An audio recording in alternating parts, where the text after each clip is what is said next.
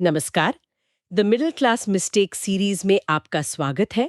हम लेखक संचित तक्सली की किताब द ट्रूथ अबाउट इन्वेस्टिंग से निवेश से जुड़े मिथकों की परतें खोल रहे हैं। पिछले एपिसोड में हमने समझा था कि कैसे लगातार रिटर्न की उम्मीद हमारा इन्वेस्टमेंट डिसिप्लिन बिगाड़ देती है। आज हम उस एक बहुत जानी पहचानी आवाज पर बात करेंगे जो हर निवेशक के मन में कभी ना कभी आती है, मिथक 35।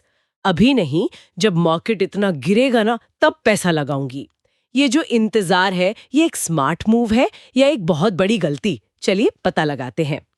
सच कहूं तो मैंने अपने कई दोस्तों को ये कहते सुना है, बस निफ्टी 15,000 पर आ जाए फिर सारे पैसे लगा दूंगी। और मजे की बात यह है कि वो मौका कभी आता ही नहीं और वो बस देखते रह जाते हैं।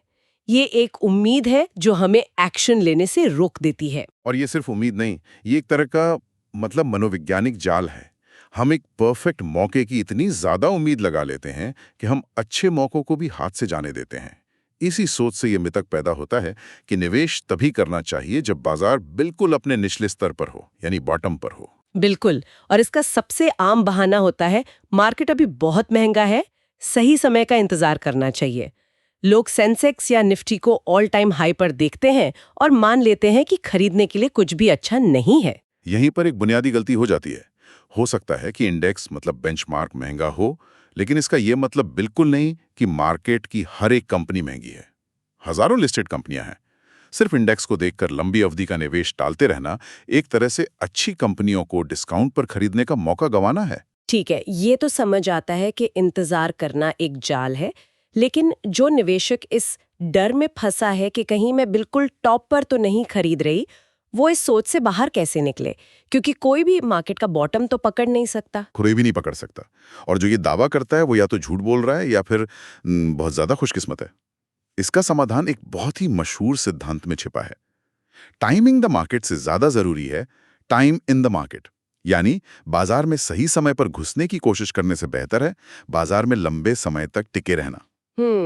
किताब में एक बहुत दिलचस्प आंकड़ा दिया गया है। अगर किसी ने पिछले 20 सालों में बाजार के सिर्फ 10 सबसे अच्छे दिन मिस कर दिए तो उसका रिटर्न लगभग आधा हो जाता है। क्या? सिर्फ 10 दिन? हाँ, सिर्फ 2 दिन। इतना महंगा पड़ सकता है ये सही समय का इंतजार। सिर्फ 10 दिन से रिटर्न आधा हो जाता है? ये तो वाकई चौंकाने वाली बात है।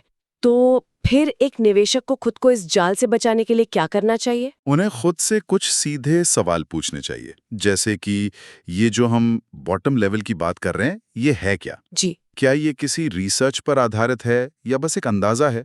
और अगर मार्केट कभी उस लेवल तक पहुंचा ही नहीं, तो हमारा प्लान बी क्या है? सही बात है। अगर हमें लगता है कि इक्विटी महंगी है, तो क्या हमारे पास निवेश करने के लिए कोई दूसरा एसेट क्लास है, जैसे कि डेट या गोल्ड? ये सवाल हमें अंदाजों से निकालकर एक स्ट्रैटेजी की तरफ ले जाते हैं। तो कुल मिलाकर बात यह है कि एक परफेक्ट मौके की तलाश में हम कई अच्छे मौकों को नजरअंदाज कर देते हैं। इंतजार करना अपने आप में एक बहुत बड़ा रिस्क हो सकता है। बिल्कुल। और यहाँ एक और दिलचस्प सवाल खड़ा होता है। अगर बाजार के बॉटम का इंतजार करना एक गलती है, तो क्या बाजार की हर गिरावट को खरीदने का एक सुनहरा अवसर मानना भी एक जाल हो सकता है?